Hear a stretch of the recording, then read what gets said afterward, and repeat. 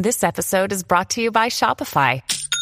Forget the frustration of picking commerce platforms when you switch your business to Shopify, the global commerce platform that supercharges your selling wherever you sell. With Shopify, you'll harness the same intuitive features, trusted apps, and powerful analytics used by the world's leading brands. Sign up today for your $1 per month trial period at shopify.com/tech, all lowercase. That's shopify.com/tech.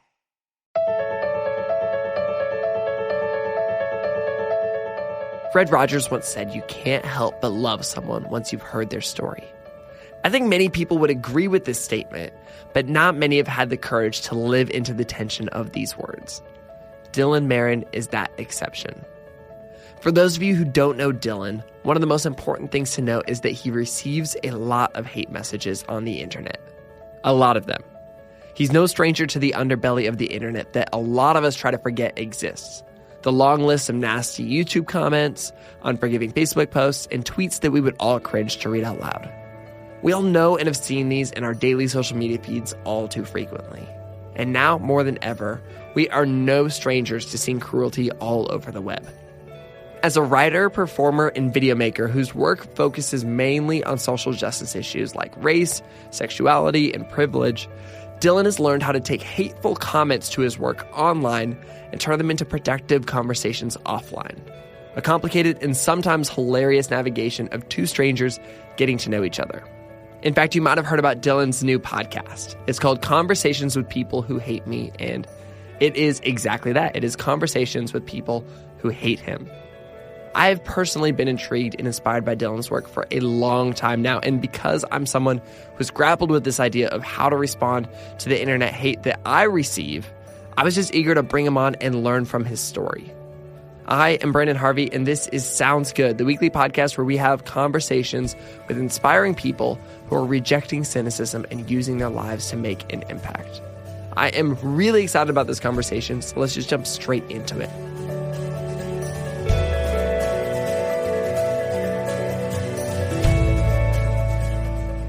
Dylan, oh my gosh, it is so good to be talking with you today. I'm a huge fan of you and your work and your new podcast, and so I'm just so excited that we get to talk today. Oh my God, thank you for having me. I'm so excited to be here in this digital space where we're floating in people's ears, you know? Yes, it's the best. Who knows what people are doing right now? Maybe they're exercising. Maybe they're showering after exercising. Maybe they're grocery shopping. Driving, walking, on public transportation. There's a lot of options here. Yeah. Hello to all of you, wherever you may be. I'm proud of you. You're a good human. We were talking before the podcast started that we have a mutual friend in Johnny's son, who's wonderful. I love He's been Johnny. on the podcast. I love that you two know each other because you are doing largely the same thing on the internet. You're filling the world with meaningful conversations and a sense of joy and purpose, but you're doing so in completely different ways, and I love that. Oh, yeah. I mean, first of all, that's a huge honor if you say that Johnny and I are doing anything similar. I really admire him, so I will take any compliment I can get that aligns me with him. Yeah, I mean, I think it's funny to hear you say that just because I think the output of what we do is just so different.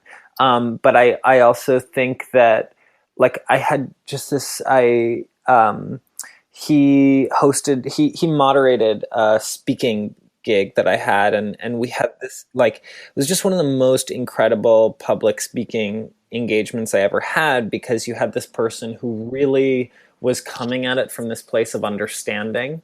And I just think he is brilliant. I think Johnny is, like, truly a genius. And I love that the output, his work, is just so accessible and so it's not muddied with, like, intellectualism. It's like he filters his genius into making something really accessible for people to kind of consume. And I think that that's the depth of great art, is taking a really, really complex idea, and he understands things so deeply, And then he figures out a way to communicate that in a tweet with like 3 misspellings, or in a book with a drawing of an alien in 14 words. You know, it's unreal. Yeah, he's great at that. Man. Along those lines, you know, I want to jump back to when you first started creating things intentionally for public consumption. Like, you make social justice videos largely. That's a huge part of what you do, among other things. But do you remember the first social justice video that you ever made? Or, you know, if there's something else that preempted that, you know, what did that look like? I suppose I got my start. I mean, now we're going way back, but like in college, what really blew my mind is I was learning how to kind of write and do sketch comedy. I was part of a sketch comedy group, and what I loved most about that was not the comedy element, but that you're taking very difficult things and talking about them in a really accessible, disarming way, right? So that was like the core of what really drew me to sketch comedy. Also, I got to work with people I love and make people laugh, you know, but I never, I don't know, it's weird and kind of funny to say out loud, but like, I was never a comedy nerd. You know, I was never the like, oh yeah, like how to punch up jokes and like, let's make them laugh. I'm just looking for the laughs. It was like, I was more a nerd for community and like, and getting messages across to people. I mean, also at the same time, like humor, meaning my own brand of humor, not like comedy with a capital C, was like a saving grace for me. That was like kind of sometimes what I cling to in a more insecure, in my more insecure years in middle school and high school. So sketch comedy kind of blended those together, but sketch comedy, if we want to get like annoyingly intellectual about it, is like it's an abstraction of the world, and that's, I guess, essentially what literally all art is. It's an abstraction of the world, but it's super accessible, and you get to, you know, take what hurts you and turn it into some really cool things. So I suppose the seed of sketch comedy and sketch follows me throughout all my work, even though it has like evolved into many different things, right? But when I first started doing public digital work was when I made a series called Every Single Word, and which is short for Every Single Word Spoken by a Person of Color, where I edited down popular Hollywood movies to only the words spoken by people of color. And this is such a good series and blog and video series. And some of these videos are literally 10 seconds long. Like, they're so short. And some have no dialogue. Some it's truly like, you know, the titles come up and then it ends. Like Into the Woods. Not a single person of color speaks or sings in that movie.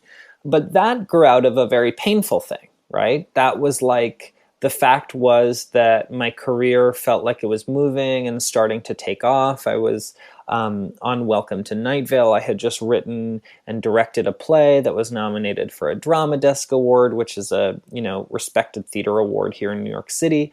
And it's kind of like the highest award you can hope for off-Broadway. And I was like, oh my God, you know what? I'm going to get an agent. So I was having all these meetings with agents, and they would tell me how talented I was, but how unlikely I was to get work. And I really didn't understand how those ideas fit together. You know, what do you mean I'm talented, but then I won't get work?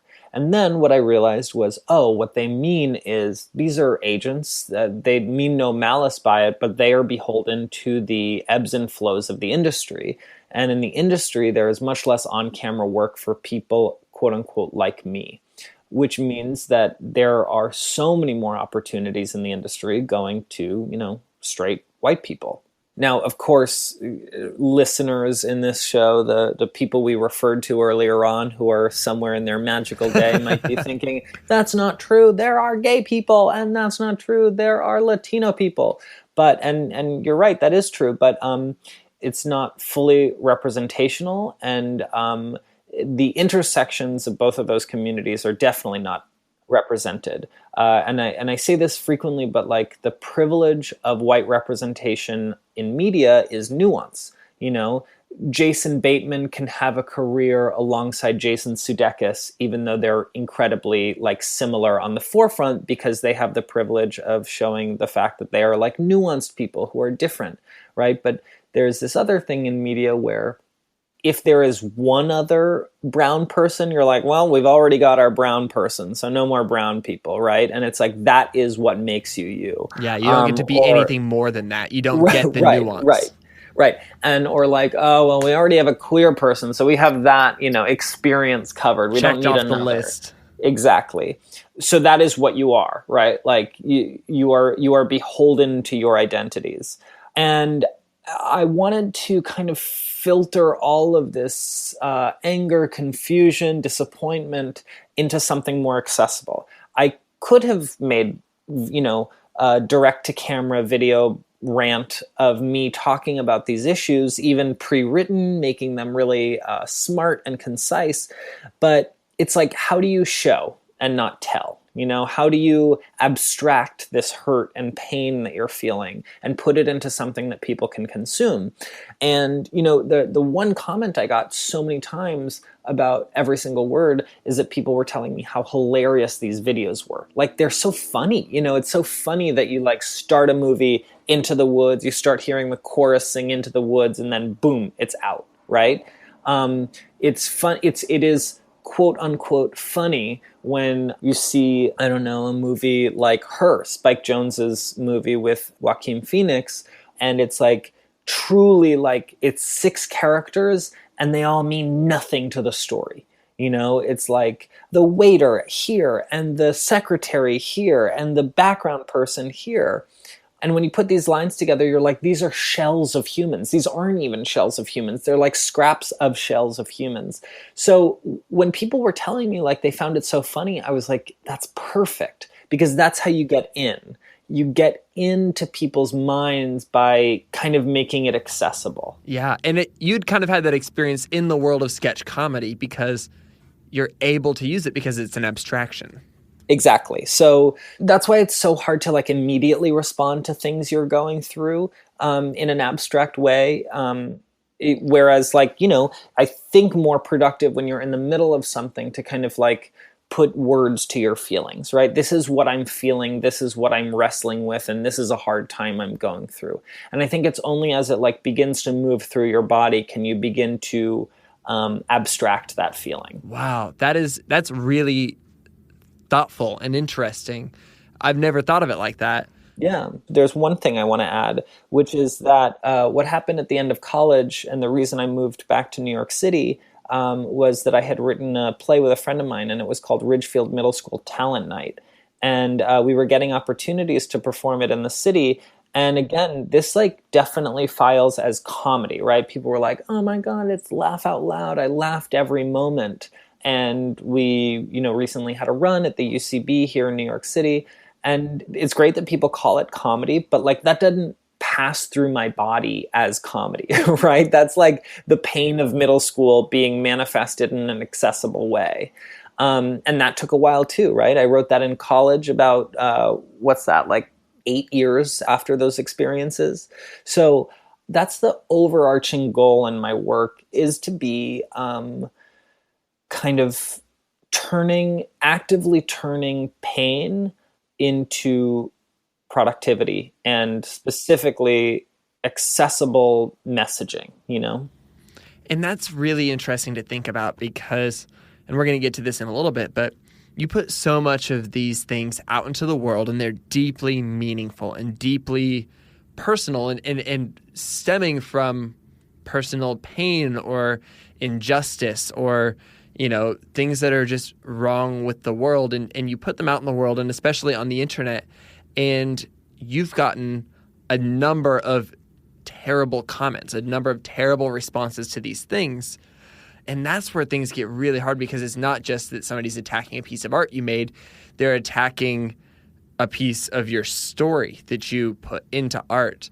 Do you remember the very first time that you had something on the internet that started to blow up outside of your circle, your bubble of people who shared this experience and needed to see this experience, and And, you know, it added value to their lives in a way that was really tangible. And all of a sudden other people were grabbing onto it and they weren't holding it as gently as everybody else. Yeah, I do. I think the first time I experienced that was with Every Single Word.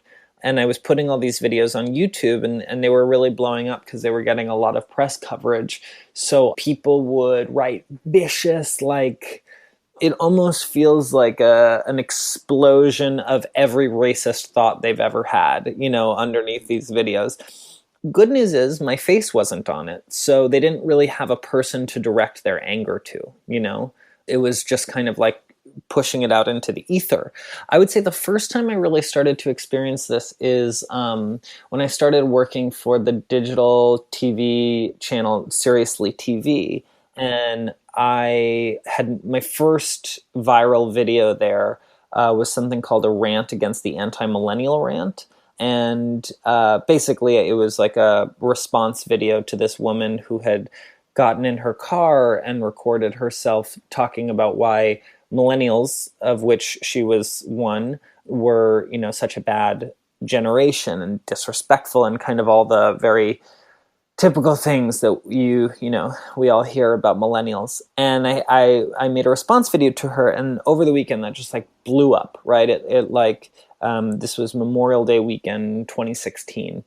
Just like the amount of people that had no shame in attacking every part of who I was interesting and kind of surprising to me. And then as I started making the unboxing series, that's like when it really kind of came to a head.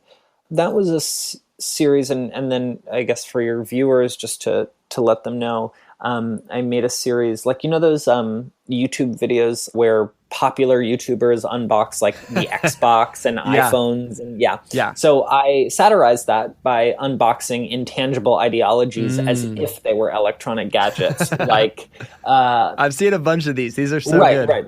So ideologies like privilege and the mistreatment of Native Americans and Islamophobia and things like that, right? To kind of abstract that idea that, like, yeah, these are products that we all buy into. Or not we all, but many people buy into these products. So let's review them as if they're products.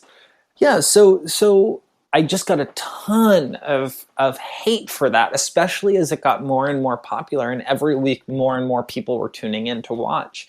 And I didn't even know how to, no one gives you a rule book for this, right? And companies, especially like companies who employ people, like it's not yet a thing that they know how to like handle or deal with. There's no rule book yet. Even though there very much needs to be one.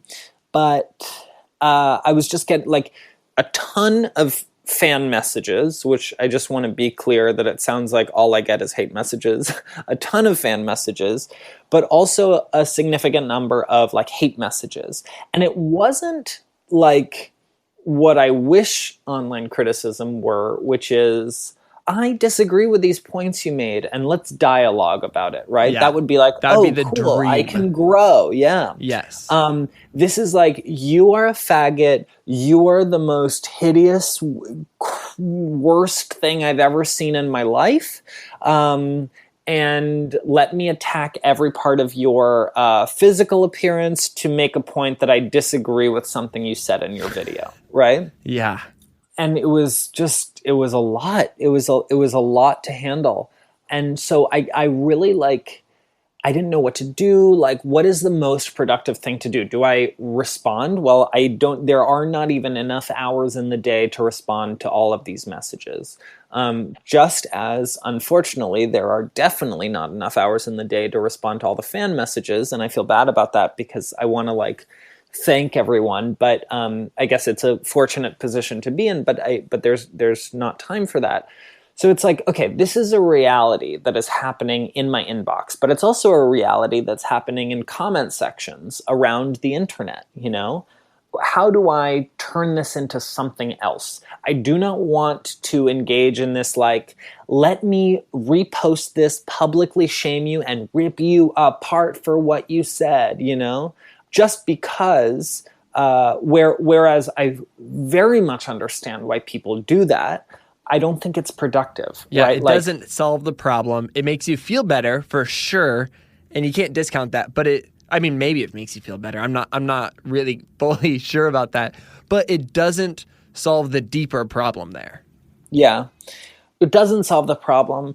I also don't want to like police people on how they deal with the trauma of getting hate mail. Like, I think I'm not in a position to do that. So, but I am in a position to say what I want to do with it, which is that I believe that it is great for retweets to troll someone who trolled you, but are they going to change because of that, or are they going to listen, or are you going to listen, or what is your goal, So I guess I wanted to carve out a space in the internet where we were actually having nuanced conversations, and this is what led to creating conversations with people who hate me. And I really want to talk about this. I love this because I remember seeing the trailer for your show, Conversations with People Who Hate Me, and I was immediately sold. I loved it. It was so engaging and thought-provoking, and it made me wonder,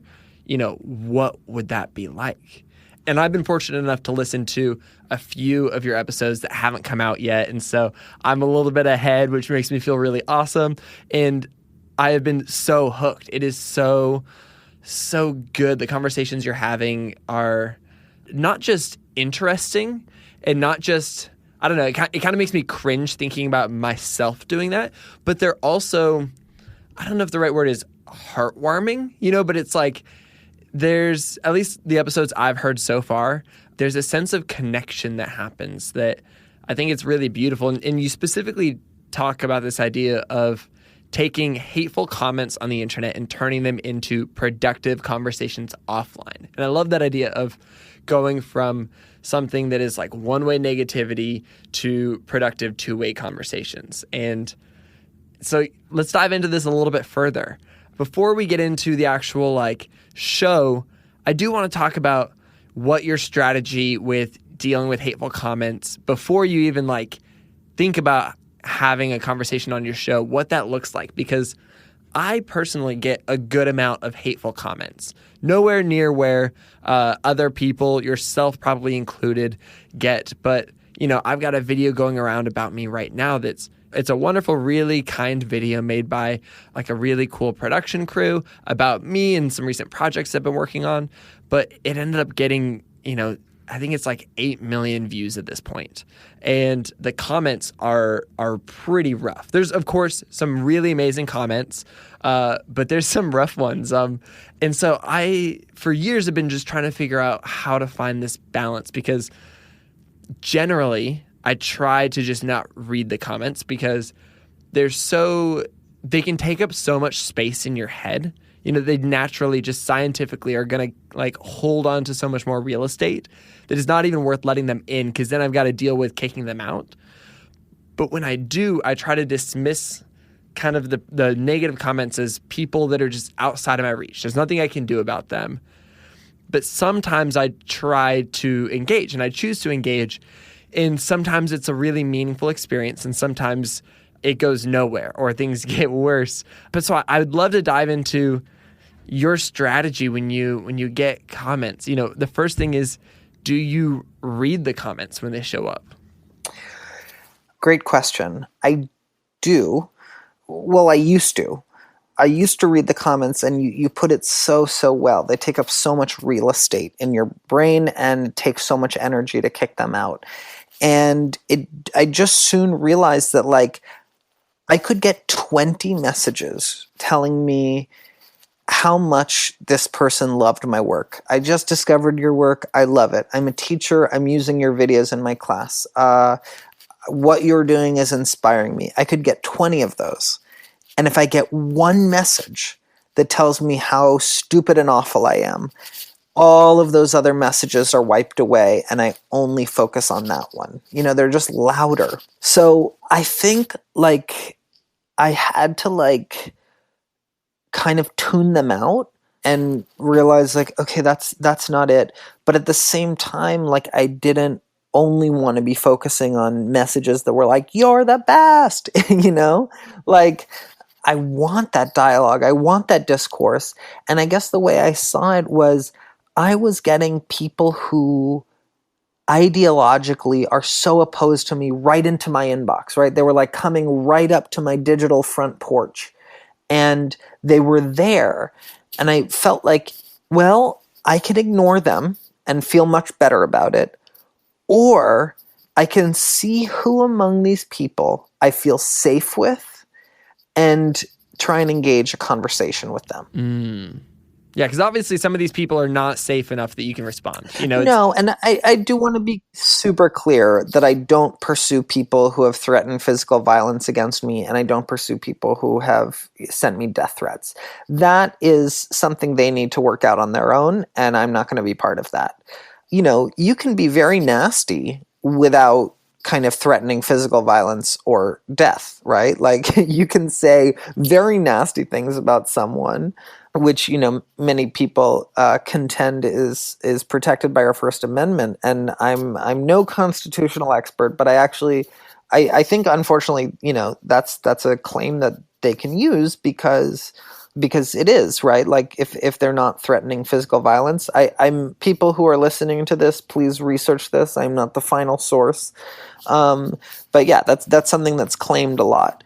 So I saw these people who were sending me these messages as an opportunity. That started to happen. Like that switch kind of clicked over. I was like, oh, these are people who want to talk. Someone who I actually wanted to get for my podcast, he immediately kind of shied away. But his first message to me was, you and all your SJW friends are a waste of oxygen, right? And I messaged him right away and I said, why? And all of a sudden he got so surprised and he started kind of like taking it back and going back and forth and saying like, well, I didn't mean you. I just meant like some of the people you were talking to. And hey, listen, I shouldn't have opened with that. And I think that is true for humans, right? Like, it is so easy to say something with a keyboard. You send it to people, and you're done. It's the same psychology we were talking about if I were to just screenshot these people and make fun of something they said, you know? Like, that is easy. That makes me feel good. And I understand why I would do that because it is the psychological, you know, next step to kind of protecting your brain from being too hurt by it. I totally get it.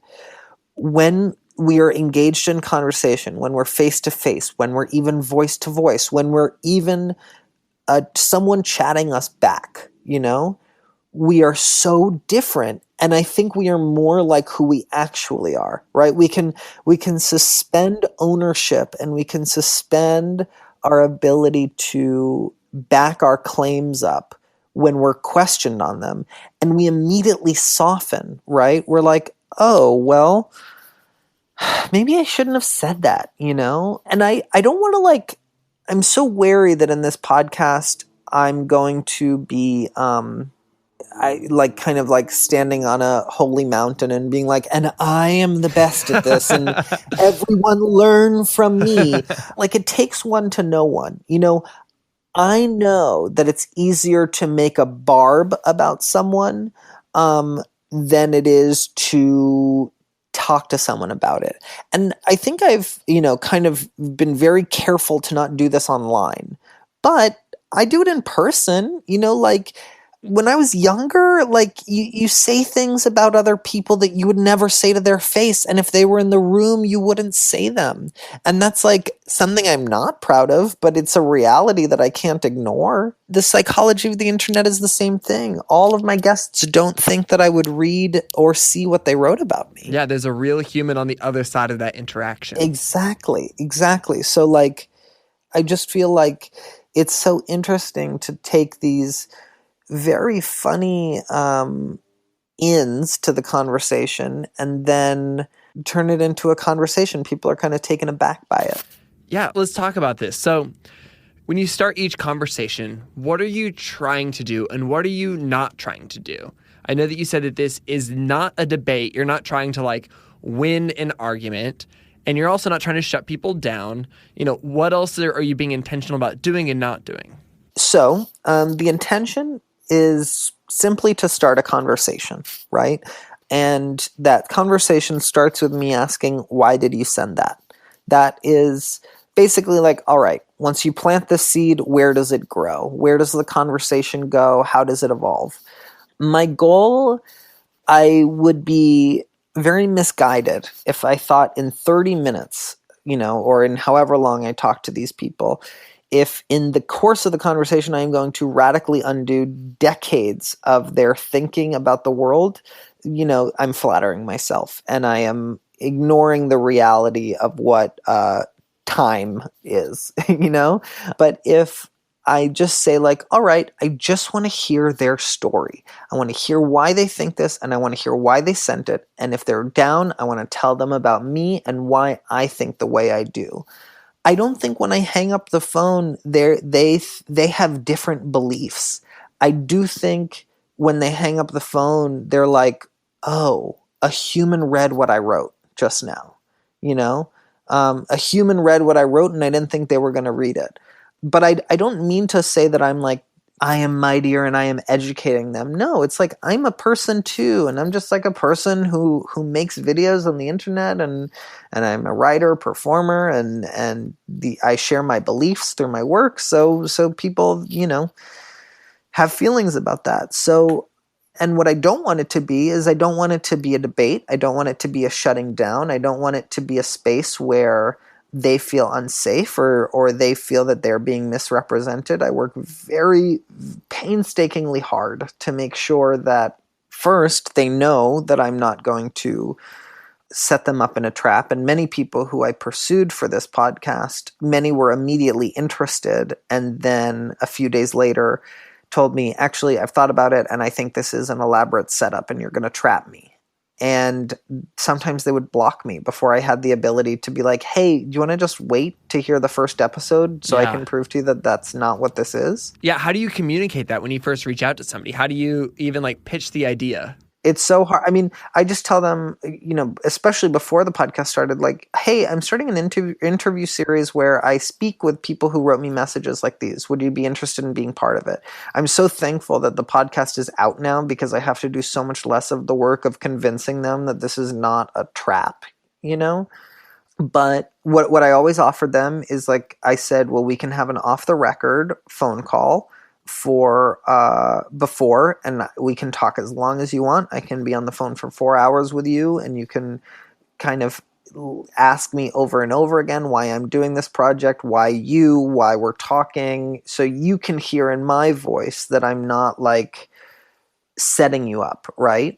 And then some people take that opportunity. There was this one guy who I was on the phone with for 2 hours. We had an incredible conversation. He seemed super excited to do it. And then I think he got scared and he blocked me on Facebook because he no longer, and we had scheduled a time to talk together and he pulled out at the last minute. And it's like, oh, that's all right. I also think people are very scared when they have to be accountable for things they wrote. So I think there's that too. I would feel exactly the same way. Yeah, like to be fair, like, and it's interesting, like I'm developing such a respect for my guests. I mean, I respect them naturally because they're human beings, but I mean, like, when I see all of the people who I reach out to and I'm like, hey, you posted this very nasty public thing about me. Do you want to talk about it on my podcast, which is also public? And they're like, no, I don't want to. And it's like, well, you shouldn't have written that, like, so what that has done is that I have this weird respect for the people who are like, yeah, I wrote it and I'm willing to talk to you about it. Yeah, I'm willing to own up to a nasty thing I wrote and be a big person by being like, either I'm sorry or I'm sorry that I worded it that way, but I still feel that way. Like, that's a fascinating thing that happens in almost every call. I stand by the core of the sentiment. I don't stand by the way I said it. And it's like that I also love because you're like, oh, I'm glad you still believe that. Now we can have a conversation about why you believe that and how we might be different, how we might see the world differently. But at the same time, like, that's a person I will always admire. A person who's like, listen, I messed up and I'm sorry. But also let me kind of stand true to who I am. Do I also like have, an immense amount of love and respect for the people who are like, you are actually making me see things a little differently. So thank you for considering this. Yeah, of course, I have great respect for them. But just seeing the people who don't want to take ownership for the things they wrote publicly, there was one person who like very publicly just decided to really just drag me. And it's someone who I share mutual friends with. And he was interested at first, and then he pulled out soon before we were supposed to record. And it's like, oh, you know what, dude? Like, don't publicly post that again then. Like, you're welcome to publicly post it if you're down to publicly own up to it. It seems like you're being very selective in how you share your opinions. And it seems like you're totally down to drag me if you think it's going to get likes and shares for you. But now suddenly the very person who you had such strong opinions about wants to have an earnest conversation with you, and you're too scared. Like, I'm sorry, dude, but don't post then. Just share it privately with your friends of how awful I am. If you don't mind, I'd love to talk about the conversation you had with a guy named Josh. Josh is a senior in high school, I think. At the time of recording, he was 2 weeks from graduating. Now he has graduated. Yeah, that was it. Do you remember what he said? What his comment was, or what the gist of it was? He said that I was the reason this country is dividing itself, which was largely about the media, and he tacked on that being gay was a sin. Oh yeah, he just kind of threw that on like as a little PS. And you get on the phone with this guy, and you really quickly start to, I think, unlock the power of empathy for both of you in a really unique way, because you ask him how high school is for him. And this is in the trailer, but he says, am I allowed to use the HE double hockey sticks for it? And you're like, yes, you're allowed. And he's like, school is absolute hell. Yeah, it was hell, yeah. And you start to dive into, why is it hell? And he starts to share that he gets bullied at school. And all of a sudden, this is kind of, at least for me, it was this light bulb moment of, oh, wow, like he's being bullied and somehow, the idea of hurt people is coming back around and it's hitting you. Yeah. Well, Josh is kind of a special case. Josh is someone who I had publicly shared what he had written to me back in January, and he got in touch with me having seen that I shared it. And we had an hour-long conversation together. It was that conversation that was huge for me because I was like, oh my God, I wish I were recording this. Like, this is fascinating because it's like we're just two people talking to each other, So I have a great amount of respect for Josh. Josh is very young, and Josh is also very aware.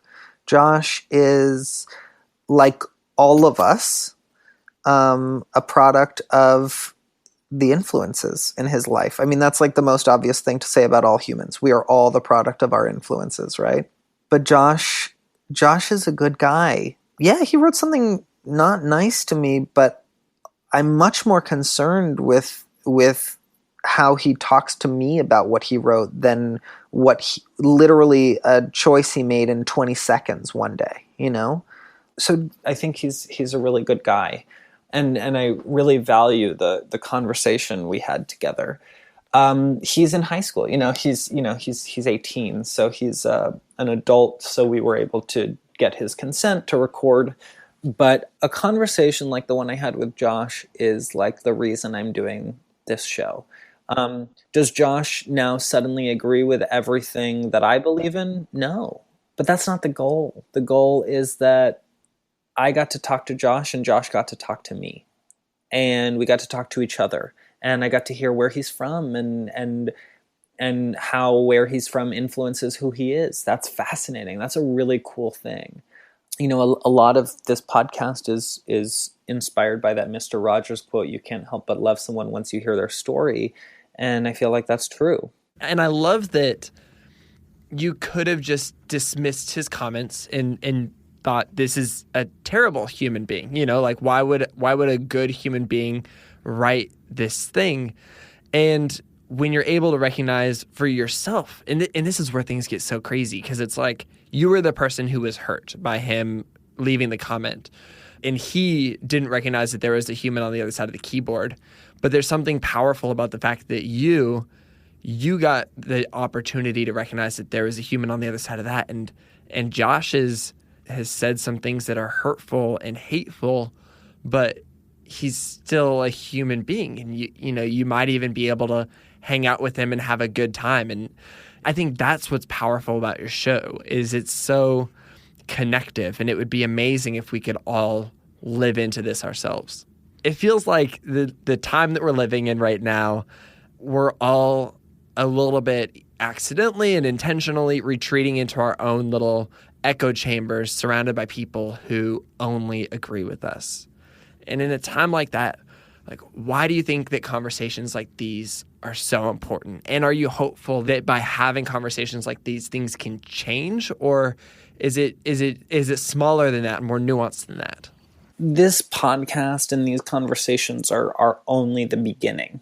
I am not going to change the election results of 2016 by posting a podcast, you know?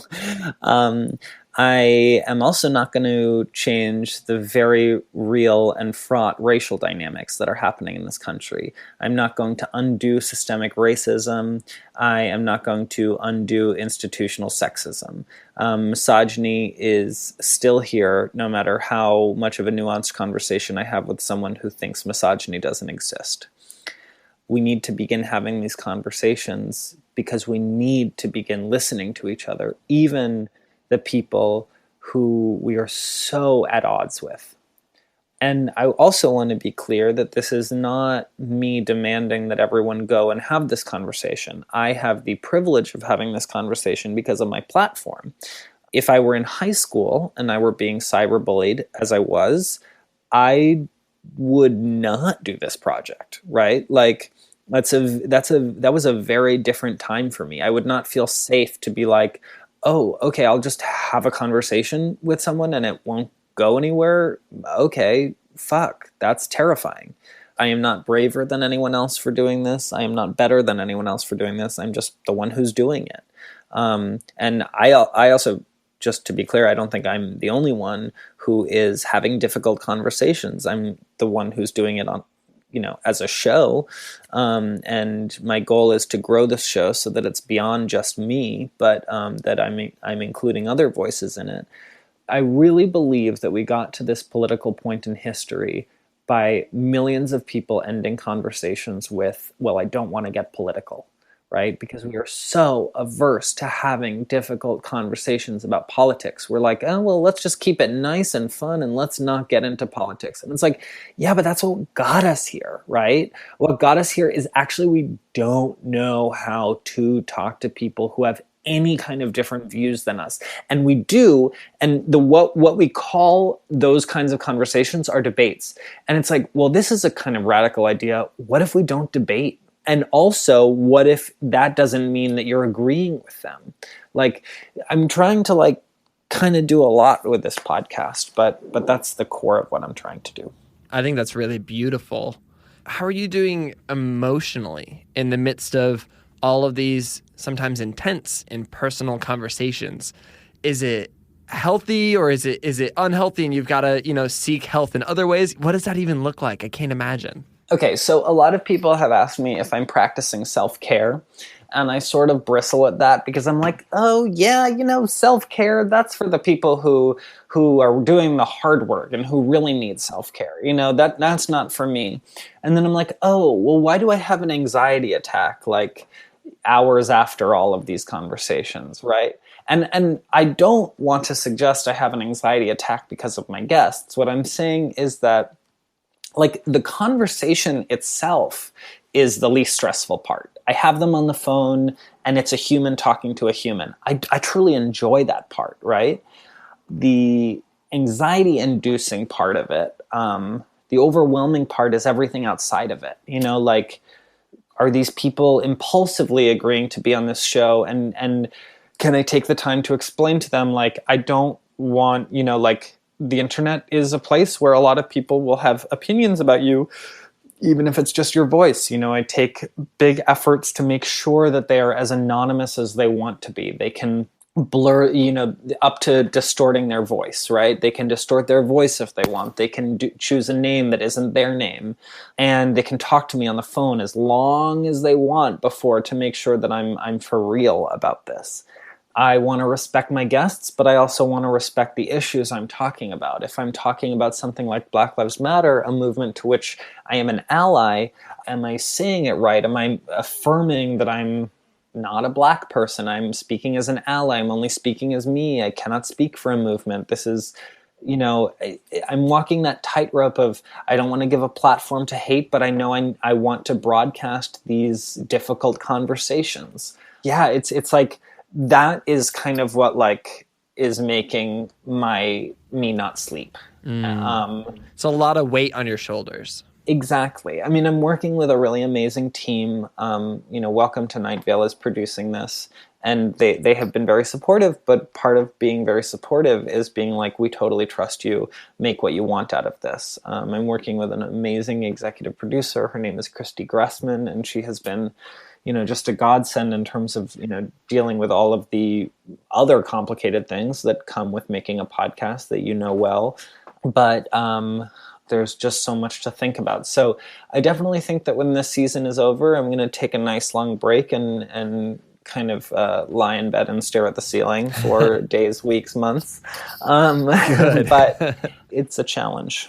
Man, I commend you for doing this, because I think it's important and beautiful, and I think it's helpful. And just, even before this conversation, it was challenging the way that I was looking at people responding online, and after this conversation, I'm feeling even more encouraged and reminded to look at the people online as actual human beings on the other side of the keyboard, whether it's somebody that I'm disagreeing with and wanting to leave a comment on, or somebody who left a comment on my work.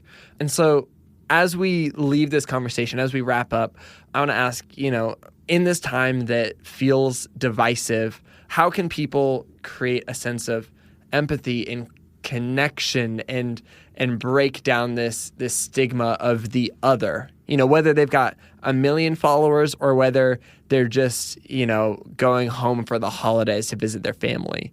What's one tangible action step that people can take? I think sometimes it's as simple as just remembering that there's a person on the other side of the screen. That's the first step, right?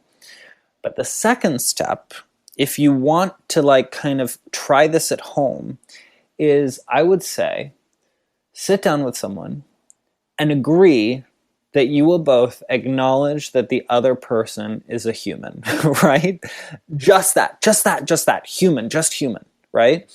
Because sometimes the people who have very different views from you have views that actually go against your existence, That's a very complicated thing. And I would say just acknowledge that you're human. You don't have to have the most epic conversation, and do not think that you are going to convince the other person of the other side. It's just as simple as listening, right? Agree that you will listen to someone if they listen to you. Don't think that you'll win, and don't think that they'll win, because it's these conversations aren't television ready. It's not and they knocked it out and dragged it out and here's the victor, It's kind of weird and messy and doesn't totally have an end. And the end is decades later when someone is like, you know what, that conversation radically changed me. But you don't get that 45 minutes after picking up the phone. You don't get that 45 minutes after sitting down with your uncle or your cousin or your parent, or your kid. So yeah, just acknowledge you're human and ask why. Start with the why. Start with why they think the way they think.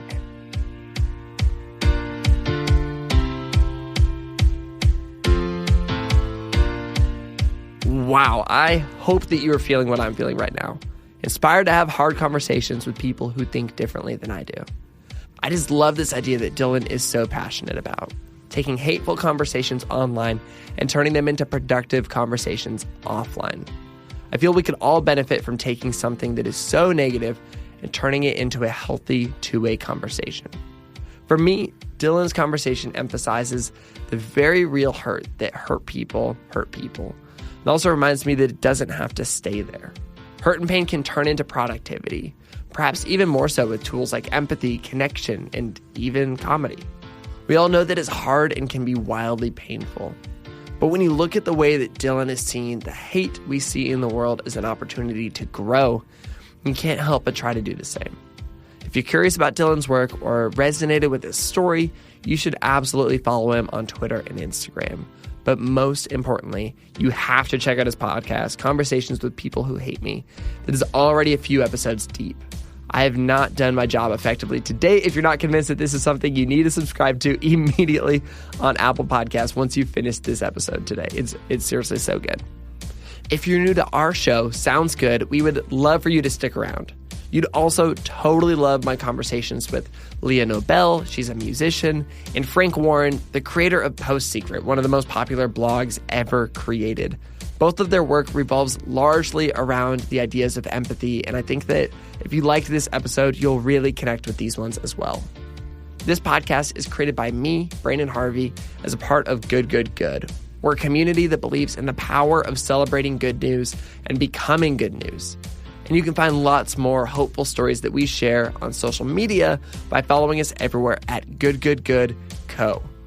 We also create a beautiful quarterly newspaper that celebrates the people, ideas, and movements that are changing the world for the better. Yes, it is a real newspaper, and you can order it today. Check it out and see what else we do at Good, Good, Good at goodgoodgood.co. And on that note, that is a wrap for this week's podcast. Go out and do some good this week, and we'll be back next week with another inspiring conversation from an incredible person. Sound good?